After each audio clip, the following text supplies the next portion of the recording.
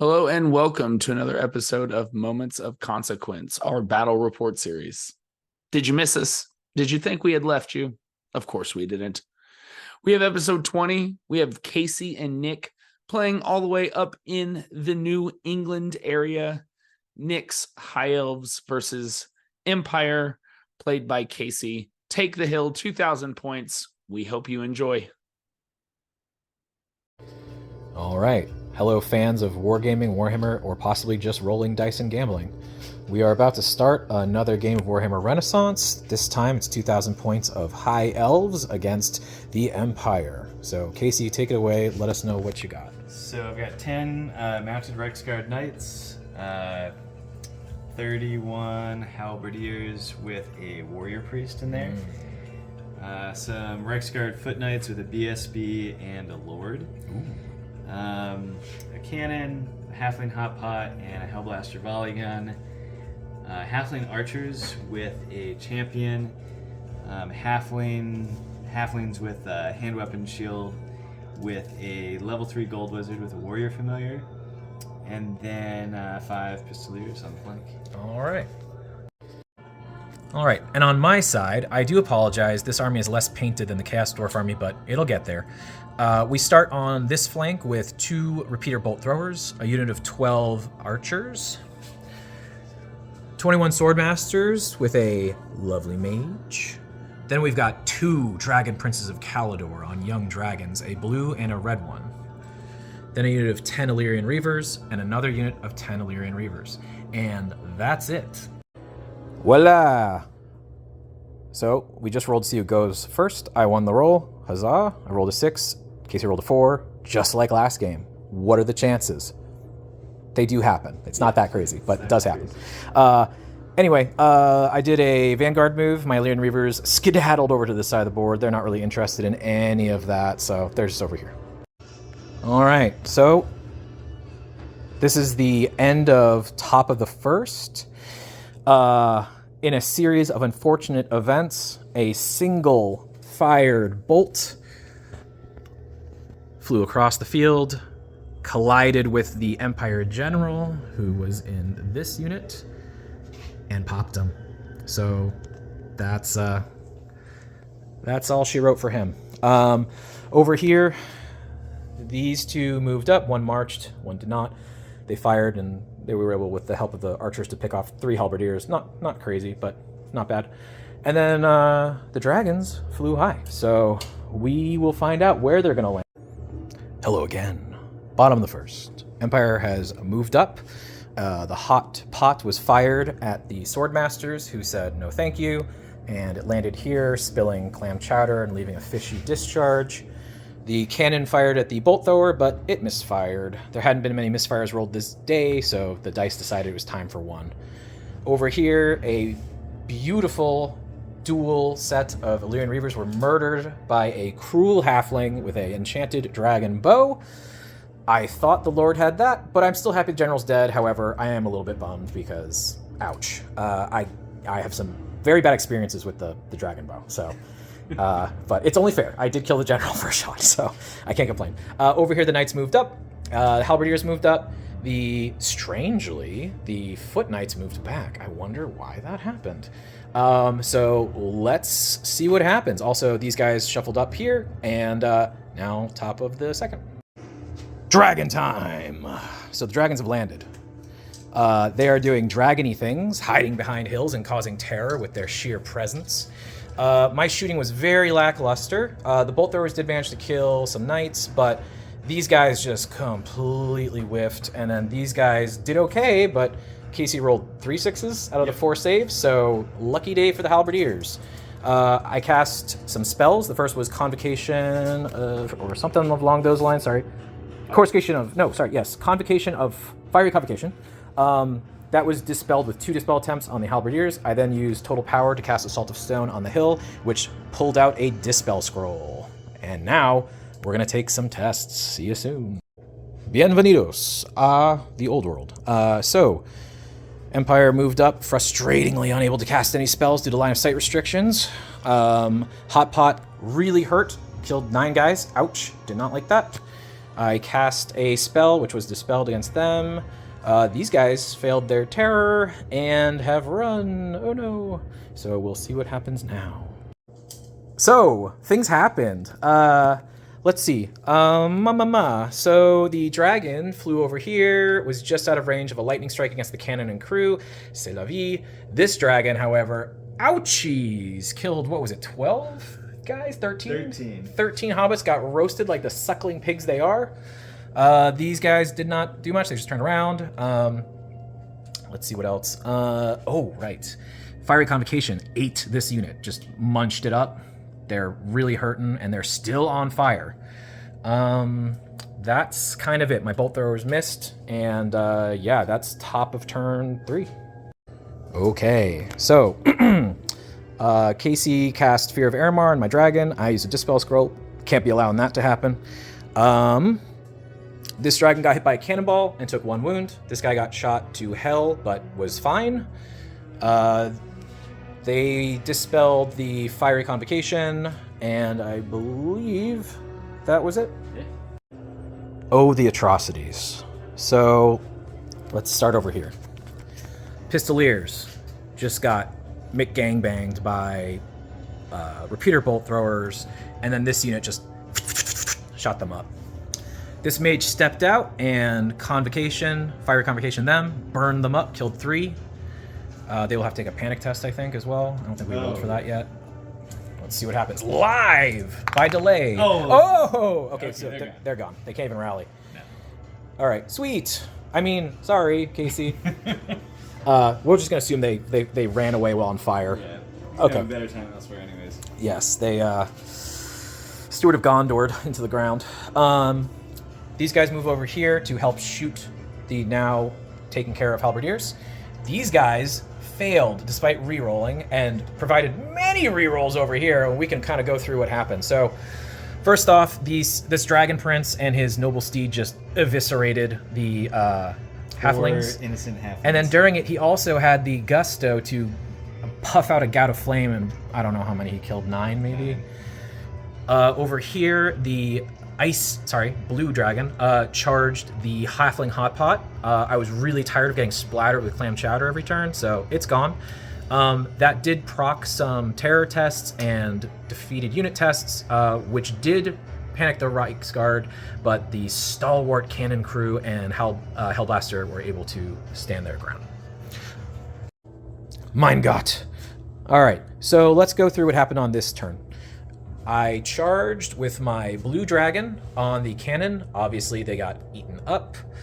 Over here, we go to the shooting phase. I was able to put a wound on the war machine, aka the Hellblaster. I also killed one of the crew. Over here, the red dragon blew another fireball onto these guys and killed a whole mess of them again. These units moved up here, securing the hill, taking the high ground. In their panic from seeing the cannon destroyed, while the Hellblaster was able to remain vigilant and not break, they did, and they ran, so they are broken. These guys moved up. These were the ones who put the wounds on the Hellblaster. There was also a wizarding duel that occurred. I cast Fiery Convocation on the Reichsguard.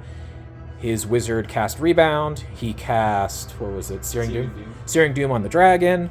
I then dispelled it, and then we called it a magic phase. Will there be a turn 6? We'll have to find out after the bottom of turn 5. All right, so this is the bottom of turn 5. What happened? In a semi-suicidal attempt, the gold wizard tried to charge the dragon prince. He failed the fear test, so he decided it was better to stay with the quivering hobbits. Over here, the Hellblaster unloaded a single barrel and then misfired, so he did take off a wound from this dragon, but the dragon shrugged it off. These guys, they kind of knew what was going on, and they realized that armor is very valuable, so they decided to get out of there and keep their armor intact rather than try to win a losing fight. We did roll for the 6th turn, but Casey rolled a 1, and that ended the game with a victory for the Elves. All right, let's do the post-game wrap-up. Casey and Nick here. So this was a 2,000-point game, High Elves versus Empire. I took a Bananagrams bizarre list. It was very small and very elite, and things like halfling hot pots were very scary, as were cannons. But I did kind of get lucky where I needed to, I think.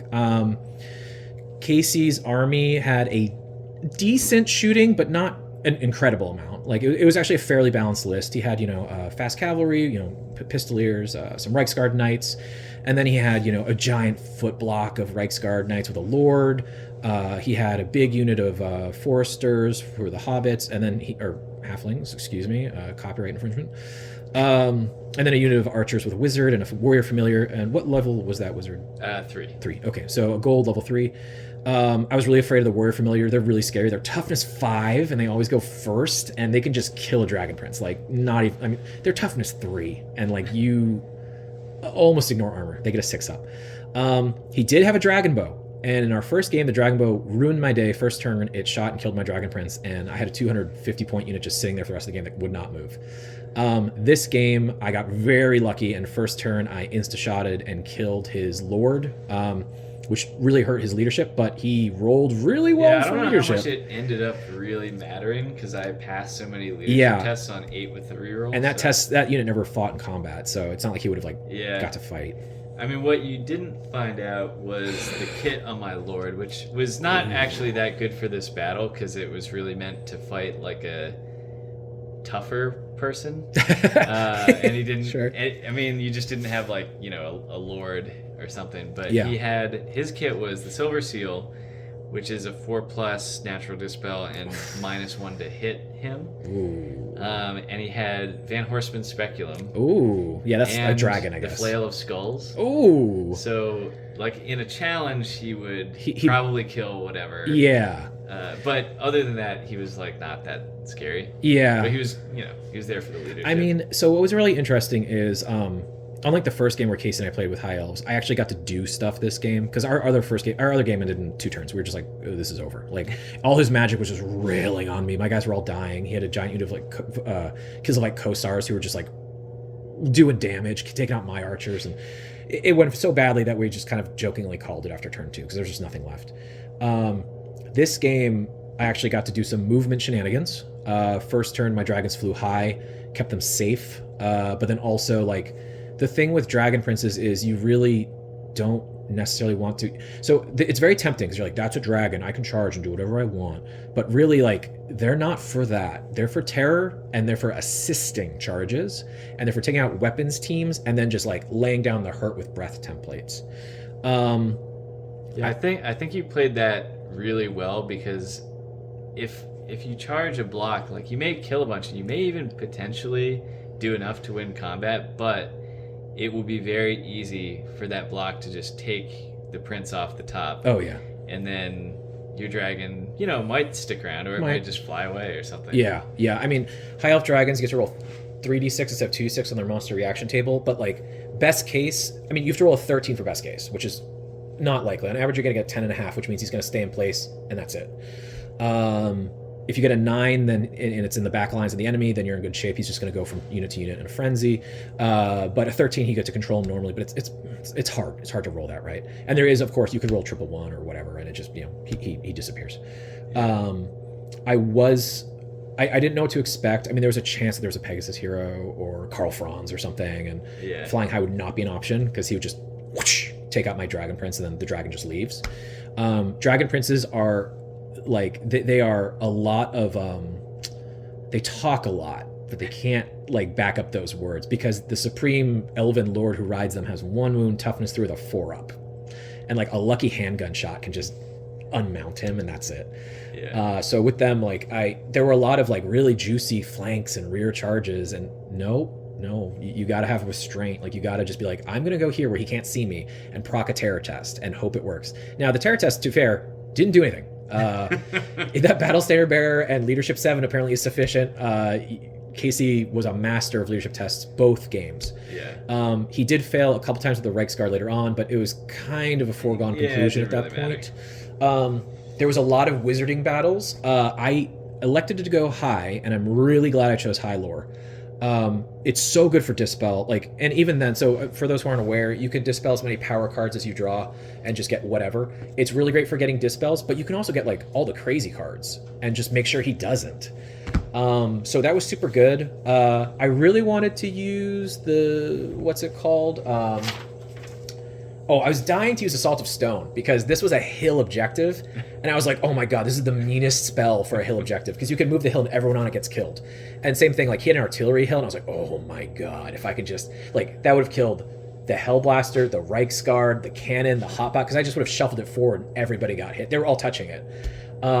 Didn't happen, but that's okay. It is a power 3, and you know part of the downside of going high is if you're burning through your power cards to get dispels and stuff, you're just not going to be able to cast a power 3 consistently. But that's okay. I had Staff of the Three Sisters and 2 Dispel Scrolls. I needed both Dispel Scrolls. I could have lost a dragon very easily early on. There were some other surprises on my mage that you did not find out. This unit was all pretty much unmagicable. So they had Banner of Spell Protection, and then he had the Cloak of Stars. So the all hits against him are reduced by strength by 2, which is great. It's overpowered for 25 points. And then the first, it's an automatic Dispel Scroll if you cast a spell against them. Just gone. What? Except for total power. So okay, I was like, this unit is so... And they never got targeted. 2 Dispel Scrolls, Cloak of Stars... And the staff. Okay. So he was a Dispel machine, and we needed it, to be honest. Casey only had 1 level 3 mage, and every turn I was like, oh, Jesus. Yeah, and my Chalice went out after the first use. Yes. The Chalice was heavily abused by Chaos Dwarf until he was carapaced by a stupid worm. But this guy apparently got what was left in it and emptied out pretty quick, so that didn't work.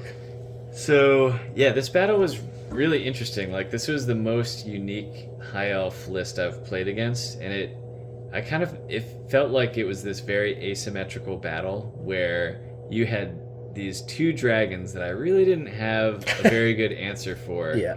And like 1 I think would have been okay, but 2 was just really a lot to deal with. And then the rest of your army were these 2 really fast Reaver units. Mm-hmm. A unit of archers, 2 bolt throwers, and the sword masters. And the sword masters, archers, and 2 bolt throwers just kind of bunkered up, and I didn't have any flyers, or pistoliers took like 3 turns to get near them, and then you blasted them. Yeah, they just got shot. So I had this kind of like slow moving, balanced, kind of normie empire list. You had a very goodwill coming to the game with goodwill. Empire list. But it kind of felt like it was this kind of, and also you deployed way over to one side. So a lot of the first 2 or 3 turns, half my army was out of position.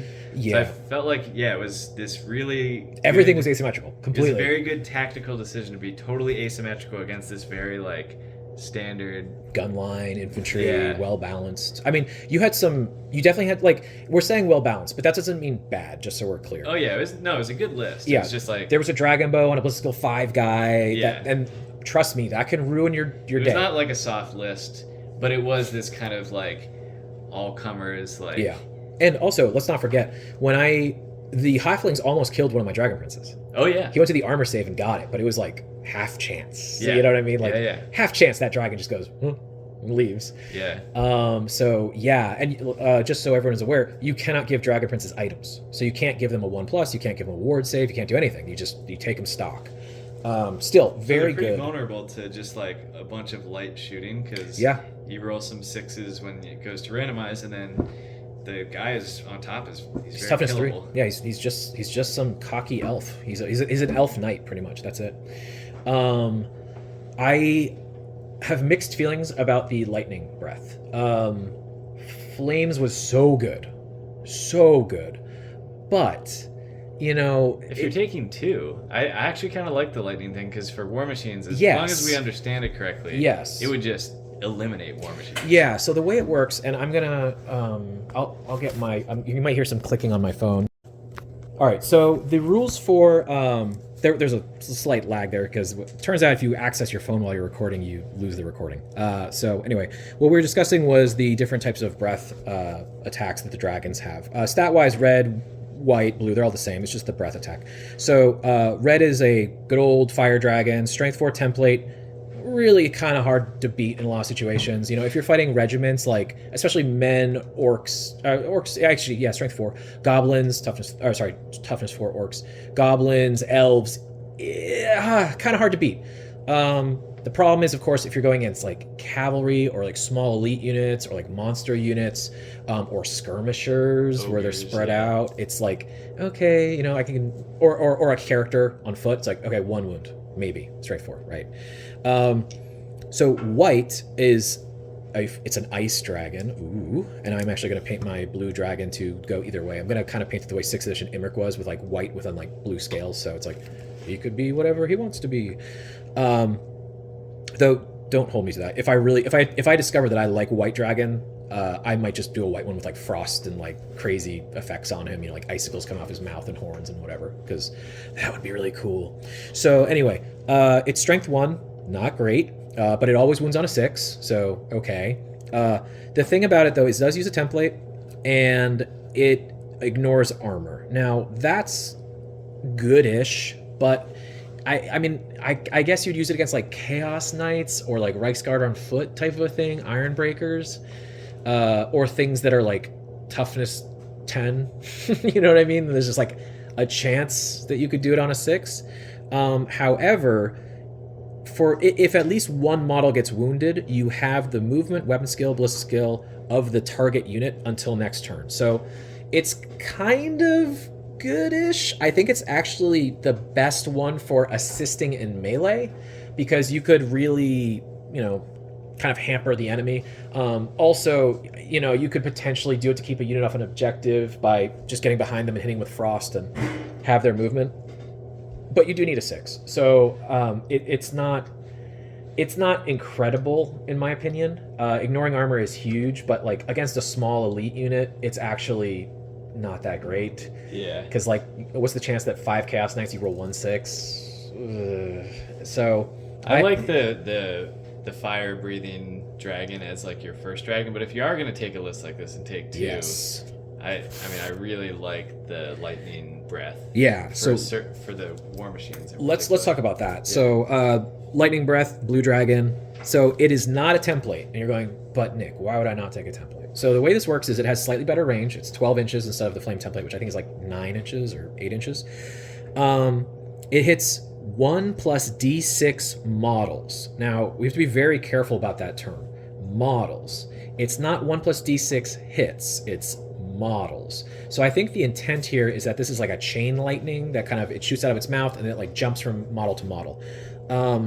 Why is this good? Why is this bad? So this is not great against big regiments, because on average you're going to do 4 hits. At most you're going to do 7. A flame template is going to give you way more than that, right? And you can control it much better. However, it's a longer range, and while you can fly 20 inches, you can only use breath attacks if you fly 10. So it does give you a little oomph in terms of range. It's strength 5 rather than strength 4, which higher strength is always great. But the real gem for me is that against a war machine, it hits everybody if you roll, 4 or 3, depending on how many crew there are. And that's kind of good, because you bypass the whole, like, I need a 5 or 6 or whatever. I don't know how this would work on a character riding a monster. Because it's just models. One model, so it probably would be bad. It'd be probably randomized between the 2 of them. Yeah. So it'd probably be bad. Not good. Yeah. This is trash against independent characters, is the thing. But it might be just as good. I mean, it's better than the fire breathing against like another. It is strength 5, yeah. I kind of wish that it was a beam, and it could just actually jump between units, sort of a thing, so that if there were units within like 2 inches or along the beam or whatever or something. Yeah, like a chain lightning kind of thing. It hits 5 models or whatever. It's great against skirmishers though, because it just jumps between them, doesn't care. That's nice. I agree with Casey. I think if you have a red dragon already, try a blue. For me, you're flying high on turn 1. Like you unless there's a sky arrow of Naylor or whatever, or some magic. Which I considered taking, but I was like, he's not gonna take a dragon. I didn't take a dragon. I took 2 dragons. What's funny is when I was rolling for my spells, I got Tempest, and I was like, this is the worst possible spell for me. No flying, -2 to shooting. I would just nuke my own army pretty much. I actually have thought about doing a Kalidor Dragon Prince army with Tempest going at all times, where your Dragon Princes are just like on cavalry, right? So they're doing their thing. And then you just like have dragons walking around potentially, because everyone has to take tests to move during it. So you still might have the movement advantage, but that's crazy, Nick, another day conversation. I will most likely, if I get bored, paint up a white dragon and like go overboard with the icicles and all that fun stuff. But like practically speaking, I don't know. Maybe I'll wait to paint it and see how I feel.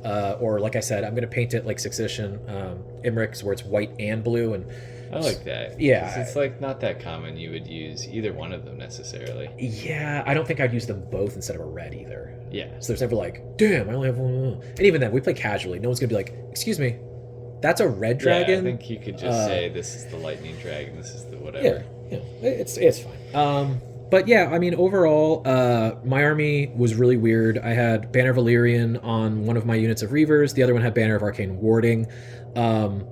I kind of think I do love Banner of Arcane Warding. I'm almost worried wondering if Missile Protection might be better on one of them, but I don't know. I mean, my mage is so magic defense.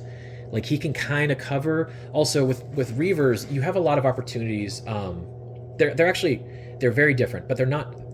The way you play them is sort of similar to the dragons, where like you got to keep them behind cover. You got to keep them behind units. You got to keep them moving. Like you'll see if you watch the report. You know, like they're trying to hug cover and terrain. Like because it just takes one bad spell and that unit's popped. I think you used them really well. Like just the design of this army and then the execution of your battle plan. Like even just so I shouldn't have put my Reiksguard Knights out on the flank. Oh, I knew they were mine. As soon as I saw this, but like they're getting dragged. You just immediately surrounded them, were behind them, causing a terror test. I was like, this. Yeah, and then they fled. I mean, I think you played this army in some ways, like at least your kind of fast troops, like how I play my Wood Elves, where you're kind of using multiple things to like entrap and outmaneuver. Do you know what's very funny? What's that?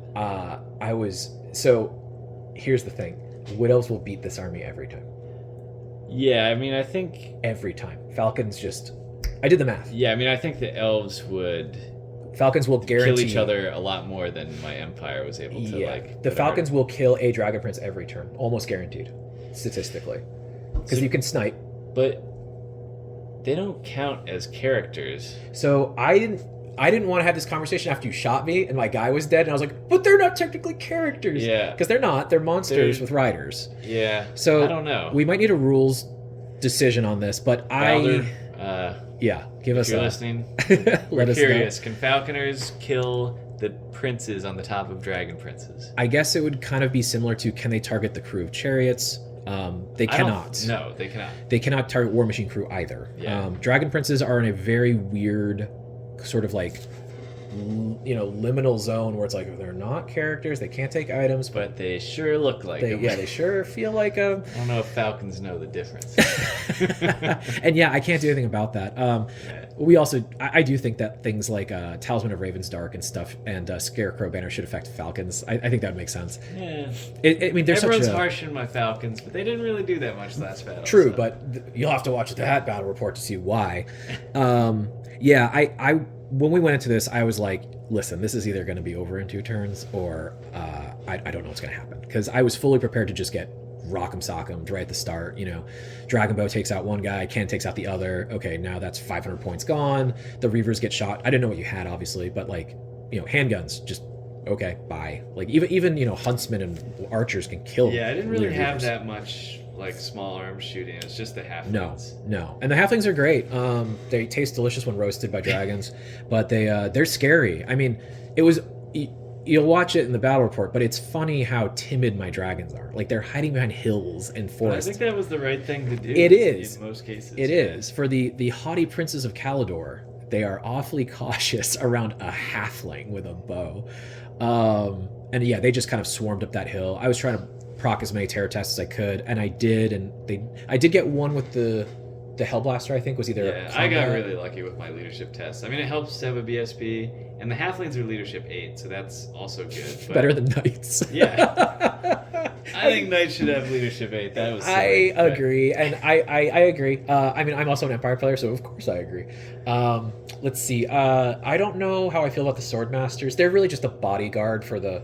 They're thematically cool because, it's a mage, so it's his bodyguard. Sure is an expensive bodyguard, but it is nice to have one unit that can stand toe to toe with other elite Yes. Combat units. Yeah, I mean, I almost charged them into your warrior Do you have a priest. champion in there? No, I couldn't afford it. Yeah. This army goes hard in the non-regiment use of points. Yeah. I mean, 500. So a quarter immediately goes to the Dragon Princes, and then your mage is going to take like another quarter-ish of your points, maybe like a sixth or a fifth.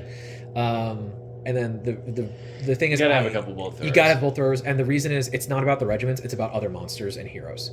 That's actually why you do it, because you have to make them think twice about that mage on a unicorn or that wizard leaving the unit or whatever. That is something that I kind of liked about 6th edition better. I know I'm Mr. 6th edition, whatever, sorry.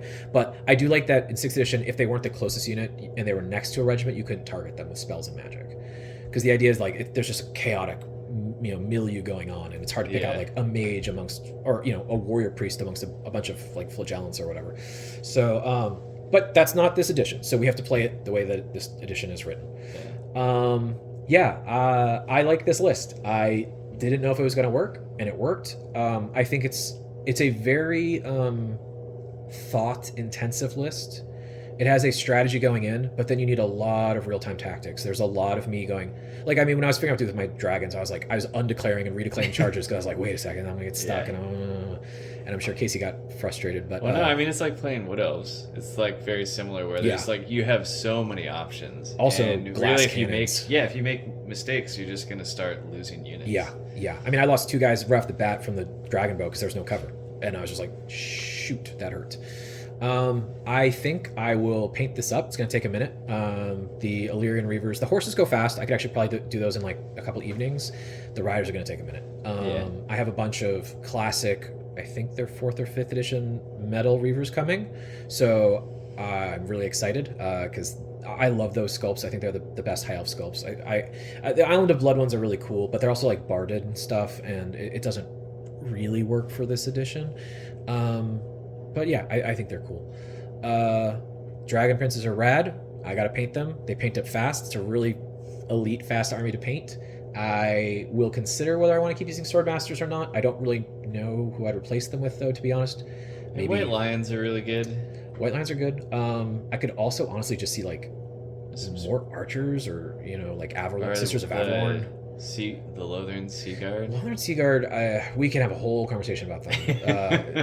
Yeah, they have the same problem that the Sisters of Avalorn have, except Sisters of Avalorn are Bliss skill 5. Yeah. And Lothern Seaguard are just kind of like really expensive spearmen with bows. So I don't know. I have to think about it. I'm sure people are grinding their teeth and saying, Nick, you're so wrong, and you're probably right. But we all know that Spear Elves suck, so I won't be taking them probably. I think that's my thoughts. I thought I was going over magic protection. I was not. Seriously, I would have lost a dragon for sure if I didn't for like this the whole first two or three magic phases, I couldn't cast any spells because I couldn't see anything. Yes, that's true. That hill in the middle actually caused me a lot of good graciousness. And I was just out of position, like because you deployed all to one side. Yeah. My wizard was on the other side. Yeah, I deployed all on one side except for the Reavers, who then responded, and they went all the way over. So, gross. Vanguard. I mean, Reavers are incredible. I can't in good conscience bring Hobgoblin Wolf Riders because Reavers are so much better that I'm like, oh god, this is just, it's not the same. Flee and fire and flee, and like, they're just so much better.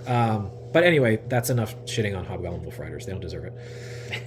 Any other closing thoughts from you? I don't think so. It was you dissected my Empire army with High Elves are surgical. Yeah. They have to be. Thank you, Casey. I always love playing you. I'm actually glad we got some games in, because normally we do like 2-on-2s, or we rarely get to play. Had some good battles. But Jake was busy doing other stuff, so we were like, ha ha ha. This is the boys come out to play. Yeah. All right. Thanks.